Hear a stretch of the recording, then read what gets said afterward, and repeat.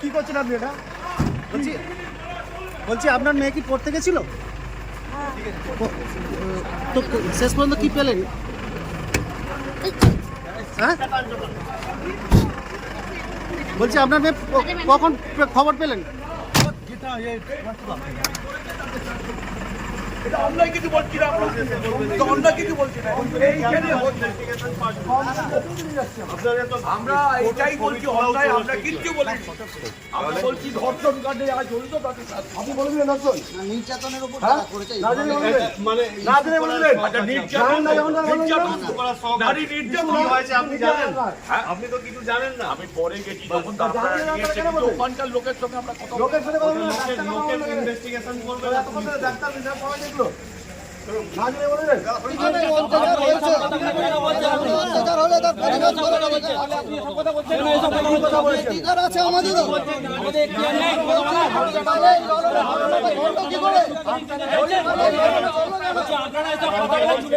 হরিপাল থানার মূল সেন্টার একদম হচ্ছে হরিপাল বাজার থেকে 600 মিটার দূরে আমাদের 18 নম্বর রাস্তার গলি অন্ধকারের মধ্যে একটি ছাত্রী, যা ক্লাস 11-এ পড়েন, নসিবপুরের খালধারে বাড়ি, তার শরীরের যখন অন্ধকার গলি থেকে ওই এলাকার মহিলারা দেখতে পায় তার শরীরের কোনো পোশাক ছিল না। এই ধরনের ঘটনা যা আমরা স্তম্ভিত হরিপালবাসী হিসেবে। আমাদের বক্তব্য সুনিশ্চিত, এই ঘটনার সাথে যারা যুক্ত তাদের শাস্তি দিতে হবে। এরকম একটা ক্লাস 11-এর ছাত্রীর উপর আমরা মনে করি যে শারীরিক নির্যাতন করা হয়েছে এবং সেই শারীরিক নির্যাতনে যারা দোষী তাদের শাস্তি দিতে হবে। এবং নসিবপুরের মেয়ে কিভাবে হচ্ছে হরিপালে এলো, কি কায়দায় নিয়ে আসা হলো, একটা গভীর রকমের হচ্ছে আমাদের অনেক রকমের প্রশ্ন।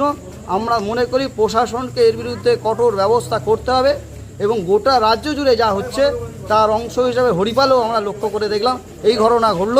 এবং ইতিমধ্যেই আমরা হরিপাল হসপিটালে এসেছিলাম, সেই ছাত্রীটি হরিপাল হসপিটালে তার প্রাথমিক চিকিৎসা হয়েছে এবং প্রশাসনের পক্ষ থেকে তড়িঘড়ি এখান থেকে তার মাকেও তুলে নিয়ে চলে যাওয়া হলো।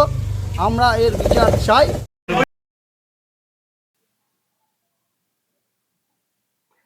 আরজি করের ছায়া হরিপালে। প্রিয় দর্শক, আমি শফিকুল ইসলাম এবং আপনারা দেখছেন আরামবাগ টিভি। এটা হচ্ছে গতকালকের ব্যাপার। আমার কাছে একটা নোট এসছে, আমি আপনাদের সামনে একটু পড়ে শোনাবো। হুগলি জেলার হরিপাল থানার গোপীনগর এলাকার এক নাবালিকা মেয়ে অর্ধনগ্ন ও অচৈতন্য অবস্থায় উদ্ধার হয়েছে বলে পুলিশ খবর পেয়ে ওই নাবালিকা ছাত্রীকে উদ্ধার করে হরিপাল গ্রামীণ হাসপাতালে ভর্তি করে। এরপরই অভিযুক্তদের গ্রেপ্তারের দাবিতে হরিপাল গ্রামীণ হাসপাতাল চত্বরে বিক্ষোভ হয়। প্রত্যক্ষদর্শীদের দাবি, সন্ধ্যায় নাবালিকা ছাত্রীকে অন্ধকার গলির মধ্যে অর্ধনগ্ন ও অচৈতন্য অবস্থায় পড়ে থাকতে দেখেন এলাকার মানুষজন। পাড়ার মহিলারা খবর পেয়ে নাবালিকা ছাত্রীকে পোশাক পরান এবং নাম ঠিকানা জানার চেষ্টা করেন। স্থানীয় বাসিন্দাদের দাবি, নাবালিকা ছাত্রী তাদের ঠিকানা জানিয়েছে। অসংলগ্ন ভাবে আরো জানিয়েছে, সে সিঙ্গুর থেকে টিউশন পড়ে বাড়ি ফেরার সময় হঠাৎ করে তাকে একটি 4 চাকা গাড়িতে তুলে নেয় কয়েকজন। এরপর কি হয়েছে তা আর কিছু জানতে পারেনি ছাত্রীটি। পরে পুলিশ গিয়ে তাকে উদ্ধার করে হরিপাল গ্রামীণ হাসপাতালে ভর্তি করে। পরিবার সূত্রে জানা গিয়েছে, সিঙ্গুরের একটি স্কুলে 9ম শ্রেণীতে পড়ে এই নাবালিকা। উনি বললেন 11 নবম, যাই হোক নাবালিকা।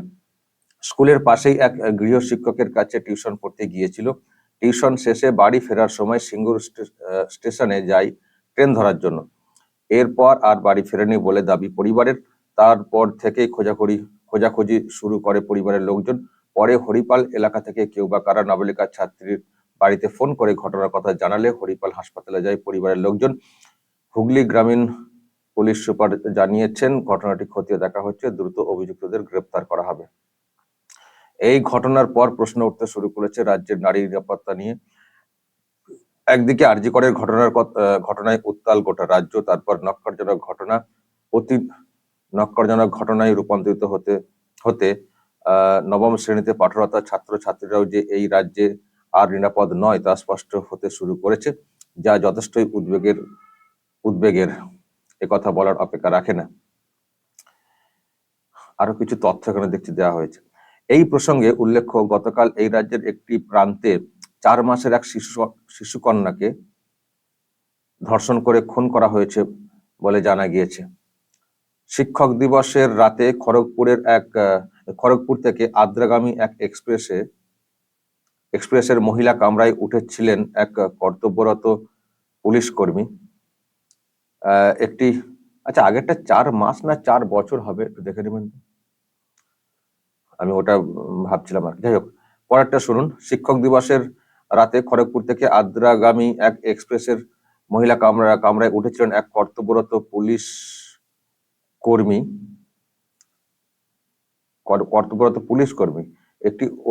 একটি অতি সুন্দরী মহিলাকে দেখে নিজের আবেগ আটকে রাখতে না পেরে গোকুলপুর স্টেশন পেরোনোর পর হস্তমৈথুন করতে শুরু করেন। গাড়ি মেদিনীপুর স্টেশন পৌঁছালে কামরার মহিলা যাত্রীরা চিৎকার করে মেদিনীপুর স্টেশনের আরপিএফ কর্মীদের ঘটনাটি জানিয়ে ওই কর্তব্যরত পুলিশ কর্মীকে গ্রেপ্তার করেন। এইসব ঘটনার সামনে আসায় হয়তো আমাদের বিষয়টি সম্পর্কে ধারণা তৈরি হচ্ছে, কিন্তু আমাদের দৃষ্টিগোচরের বাইরে প্রতি ধর্ষণের শিকার হচ্ছে।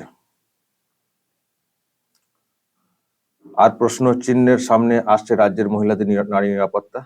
4 দিন আগে সামনে এসেছিল এক শিক্ষকের কুকীর্তির ভিডিও। সেখানে দেখা গিয়েছিল তিনি তার এক 8ম শ্রেণীর পাঠরতা পরীক্ষার্থীকে বেশি নম্বর পাইয়ে দেওয়ার লোভ দেখিয়ে তাকে তার সামনে উলঙ্গ করে বসিয়ে হস্তমৈথুন করেছিলেন। আর এখানে প্রশ্ন উঠতে শুরু করেছে, মেয়েটির ডাক্তারি পরীক্ষায় হয়তো ধর্ষণের কোনো প্রমাণ পাওয়া যাবে না, কিন্তু আইনের ফাঁক গলে ডিফেন্স লয়ার এইসব মানসিক রোগীদের আর কতদিন আদালতের কাঠগড়ায় থেকে বাঁচিয়ে নিয়ে যাবেন? কতগুলো উদাহরণ দিয়ে কতগুলো বলা হয়েছে। যাই হোক দর্শক, এটা হচ্ছে গতকালকের বিষয়টা সামনে এসছে হরিপাল থেকে, যে এরকম একটা ঘটনা ঘটেছে। নাবালিকা ছাত্রী টিউশন পড়তে গিয়েছিল, স্কুলের পাশে এক শিক্ষকের কাছে ওখান থেকে বাড়ি ফেরার চেষ্টা করছিল, কিন্তু একটা গাড়িতে তুলে নিয়ে গিয়ে তার সঙ্গে অপকর্ম করা হয়েছে, যেটা পরিষ্কার কারণ তাকে অর্ধনগ্ন এবং অচৈতন্য অবস্থায় পাওয়া যায়, তাকে হাসপাতালে ভর্তি করা হয়েছে। এখন দর্শক কি বলবেন? আপনাদের কি বলতে হবে? যা বলার, যা সব চলছে রাজ্যে, অসহ্য। আসলে আমি একটা কথা বারবার বলে আসছি, ঘটনা ঘটছে, মুখ্যমন্ত্রীও অনেক কিছু বলার চেষ্টা করছেন, এই আইন আনছি সেই আইন আনছি, কিন্তু কিছুতে কিছু ব্যবস্থা হচ্ছে না। আজকে আরজি করে যে ঘটনা ঘটলো এবং তারপরেও যেসব খবর শুনছি, যদি সেগুলো সত্যি হয় যে ওটা নাকি গণধর্ষণ বলে প্রমাণ এখনো করা যাচ্ছে না, সিবিআই তদন্ত করছে, তো তারাও নাকি এখনো গণধর্ষণের কোনো প্রমাণ পাচ্ছে না। যদিও একটা মিডিয়া রিপোর্ট, আমরা 9 তারিখ পর্যন্ত অপেক্ষা করছি। যদি প্রমাণ না পাওয়া যায়, তাহলে এটাও তো প্রশ্ন উঠবে, তাহলে কি প্রমাণ নষ্ট করা হয়েছে? আর যদি প্রমাণ নষ্ট করা হয়, তাহলে কি করে প্রমাণ হবে, কি করে দোষীদের ঠিকঠাক শাস্তি হবে কি করে? আর যখন দোষীদের শাস্তি ঠিকঠাক না হয়, ততক্ষণ তো বা ততদিনে তো ভয় তো হবে না। যারা ধর্ষক, খুনি, এইসব কর্ম যারা করতে সাহস পাচ্ছে, তাদের মনে তো ভয় ধরবে না। যদি দৃষ্টান্তমূলক শাস্তির একটা ব্যাপার সামনে আসে, তবেই তো একটা ভয় ভীতি একটা সঞ্চার হবে এবং সেখান থেকে সাবধান সতর্ক অনেকে হবে।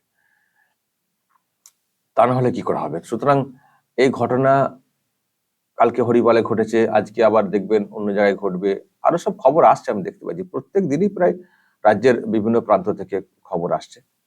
সুতরাং এইগুলো বন্ধ করতে গেলে শাসকের দৃষ্টিভঙ্গি অনেক বেশি তীক্ষ্ণ হতে হবে এবং ব্যবস্থা নেওয়ার ক্ষেত্রে অনেক বেশি উদ্যোগ নিতে হবে। শুধু কিছু ঘটলে অমুক রাজ্যে ঘটেছে সেই বিষয়ে বলো, এই বিষয়ে কেন বলছো, এরকম বলে এড়িয়ে যাওয়া বা ধামাচাপা দিয়ে দেওয়া, এরকম করলে তো চলতে পারে না। এতে করে কি হবে? এতে করে সাহস বাড়বে যে ও কিছু হবে না, চলো, খুব জোর হলে ধরবে 2-4 দিন, তারপর ছেড়ে দেবে। এই যে একটা সাহস জন্মে যাচ্ছে না এইসব অপকর্ম যারা করে তাদের মধ্যে, এর জেরে এগুলো বাড়ছে। খুবই খারাপ ব্যাপার যে একটা নাবালিকা বাড়ি ফিরছিল, তাকে 4 চাকা গাড়িতে তুলে নিয়ে গিয়ে অপকর্ম করে রাস্তাতে ফেলে দিয়ে চলে যাওয়া। যদি এই রকম চলে দর্শক, তাহলে বলুন কি করে এইসবের সমাধান হবে বা এগুলো থেকে আটকানো যাবে আমাদের বাড়ির সব মেয়েদেরকে?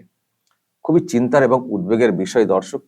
আমি জানি না এক্ষেত্রে কি হবে, শেষ পর্যন্ত তদন্তে কি অগ্রগতি হবে বা কি ব্যবস্থা আমরা দেখতে পাবো।